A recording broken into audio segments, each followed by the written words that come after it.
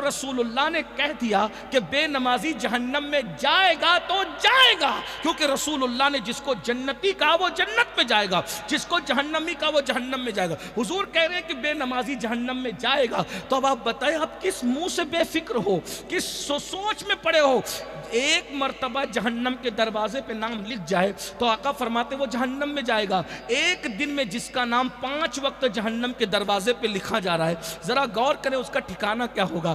رحم کر لو اپنے آپ پر، رحم کر لو۔ اور جہاں تک قادری اور چشتیت کا معاملہ ہے، یہ بات تو سنی کا بچہ جانتا ہے کہ اللہ کے سچے رسول صلی اللہ علیہ وآلہ وسلم نے فرمایا ہے، اللہ اکبر، میرے آقا صلی اللہ علیہ وآلہ وسلم فرماتے ہیں کہ اللہ کیا فرمایا؟ اللہ اکبر فرماتے ہیں جس کی نماز نہیں اس کا دین نہیں۔ الا لا دینا لا صلاۃ لا، او کما قال الاسلام، کہ جس کی نماز نہیں اس کا دین نہیں ہے۔ یہاں ایک شخص آیا آقا سے کہنے لگا یا رسول اللہ آپ دین بتاتے ہیں، میں دین قبول کر لوں گا لیکن یہ نہیں کروں گا، یہ نہیں کروں۔ آقا نے کہا چلے گا، یہ نہیں کرے گا، یہ نہیں کرے گا، چلے گا۔ کہا میں نماز بھی نہیں پڑھوں گا۔ فرمایا چلا جا، جس کی نماز نہیں اس کا دین نہیں۔ نماز دین کے لیے، مسلمان ہونے کے لیے آپ کو نماز پڑھنی پڑے گی۔ سیدی اعلیٰ حضرت کے والد امام المتکلمین مولانا نقی علی خان علیہ رحمہ اپنی کتاب میں لکھتے ہیں کہ شافعی با شواف علماء کا یہ فتویٰ ہے، بے نمازی مر جائے نا تو اس کی قبر مت بناؤ بلکہ مٹی برابر کر دو۔ اللہ کے رسول نے ایک مقام پہ فرمایا بے نمازی مشرکوں کی طرح ہے۔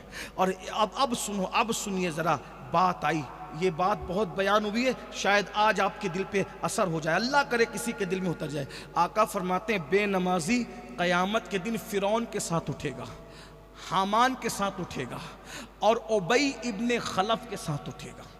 یہ ابی ابن خلف کیا ہے؟ وہ دنیا کا وہ بدترین انسان ہے۔ حضور نے اپنی پوری زندگی میں صرف ایک ہی بندے کو قتل کیا ہے جس کا نام ابی ابن خلف ہے۔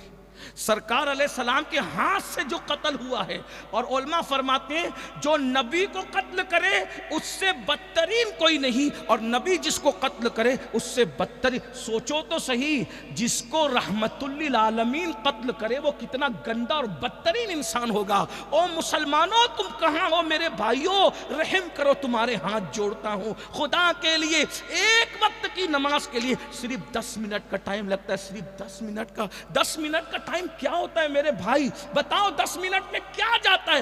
10 منٹ میں تو پان بھی نہیں کھا پاتے، 10 منٹ میں تو کھانا بھی نہیں کھا پاتے۔ اللہ اکبر، ابی ابن خلف جس کو نبی نے قتل کیا ہے اس کے ساتھ اٹھائے جاؤ گے، بے نمازیوں اس کے ساتھ، فرعون کے ساتھ، حامان کے ساتھ۔ اور میں نہیں کہہ رہا بد دعا کے طور پہ نہیں کہہ رہا، میں تو کہہ رہا اللہ تم پہ، ہم پہ رحم کرے، ہماری نسلوں پہ رحم کرے۔ میرے بھائیوں جو فرعون کے ساتھ اٹھے گا وہ کہاں جائے گا؟